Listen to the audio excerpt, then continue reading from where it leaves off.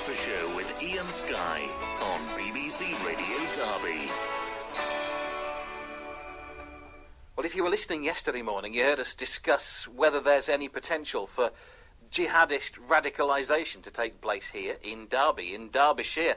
One of the people we heard from was Dr. Talib Varsi, a retired Muslim GP from Derby, who champions various humanitarian causes. He told me of his concerns when it comes to how money is going into Syria. Are we sure that the money we are raising is getting to those camps, those children who need desperately medicine, clean water, tents and shelter? I don't know. And if the money is going there, you see the ISIS people who are fighting in Syria and Iraq at the moment, according to the British papers, they have got now money in their coffer, not in hundreds, not in thousands, not in millions, but now the British paper report that these renegade people who are fighting there have got money in billions. The money and dollar and pound and sterling didn't drop like rain from heaven, from the skies. No, somebody has been supplying them money. How is that? From where is their money reaching them? Faisal Khan is from the Sacred Knowledge Trust charity. He travelled to the Syrian border just last month with 90 volunteers, including people from Derbyshire and East Staffordshire. Good morning. Hi, good morning, Ian. Tell me then about your charity and your experience out there. What do you do? So, the charity is SKT Welfare, Sacred Knowledge Trust Welfare. We are focused on providing critical humanitarian relief for the plight of Syria. Last month, 4th of May, we departed from the UK on our third medical aid convoy. We took approximately 32 ambulances, first responder vehicles primarily, to the border at Rehanli, and they were then delivered into Syria. Some of them were distributed to a hospital that we run in northern Syria. Others went for other facilities there. And they used, on the front line in assisting casualties and the injured and bringing them back to the hospital. We do not outsource any of the aid delivery. It's all done in-house at every single point of that journey. One of the reasons we took that decision is so that we can assure the wider public and our donors that everything that they donate reaches their intended target audience. I mean, we heard Dr. Varsi's concerns there, though, over how some of the money that is reaching the likes of ISIS is doing so. As a legitimate charity, do you share his concerns? To an extent. I think that, if you read the coverage about what's happening at the moment, that particular group that's obviously made sweeping gains across Iraq uses a variety of means, according to what's in the press, to amass its financial backing. I don't believe, from what I've read, any of that is linked to any charitable endeavours. And obviously I can only speak from our perspective as SKT Welfare, because we operate a 100% donation policy. We're not government funded, we function completely independently.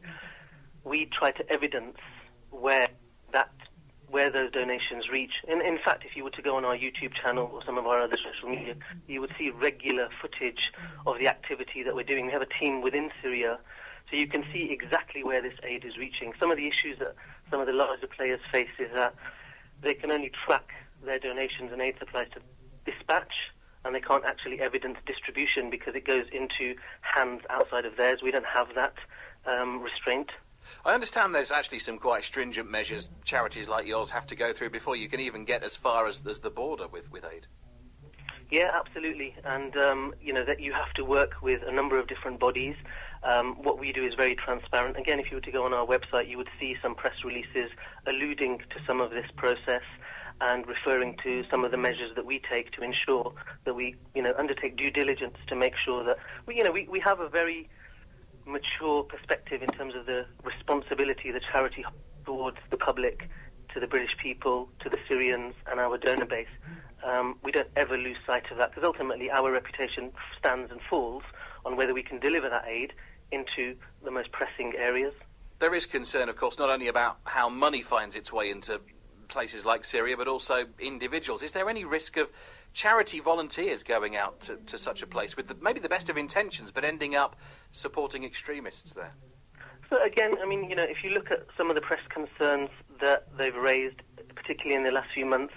There's obviously a perception and a suspicion that some of the charities are being used as Trojan horses to enter people, as you say, with the best of intentions, but as they enter that theatre, they may come under the influence of radical elements.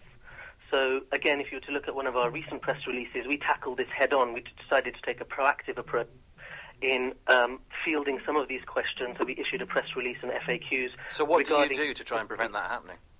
So with us, for instance, we will not allow anyone onto an aid convoy that is understanding relationships. Yeah, absolutely. Faisal, I'm sorry, we lost you just as you started answering that. Sorry, you won't let anyone onto a convoy who we don't have long-standing relationships, who we don't know personally. And we undertake a rigorous vetting process of all those individuals. And because we know them, it's not like a last-minute thing where someone's just phoned someone and said, listen, I'm free, can I go on It's not like that at all. And we work with the relevant bodies. We cooperate with them with respect to, background checks, etc., etc. We take registers along the entire route, and there is no interaction with anyone outside of the convoy that is unnecessary. Okay. And we have a demonstrable track record. I mean, for example, we had about 90-plus volunteers on the most recent convoy. Every single one of them returned to the UK. That happened last year as well, and I was on the convoy last year. We've got a 100% track record. None of our volunteers are susceptible to any such influence. Faisal, thank you for your time. The line's letting us down a little bit now, but thank you for joining us. Faisal Khan from the Sacred Knowledge Trust charity travelled to the Syrian border, as he was telling you, just as recently as last month. It's 9 minutes to 8.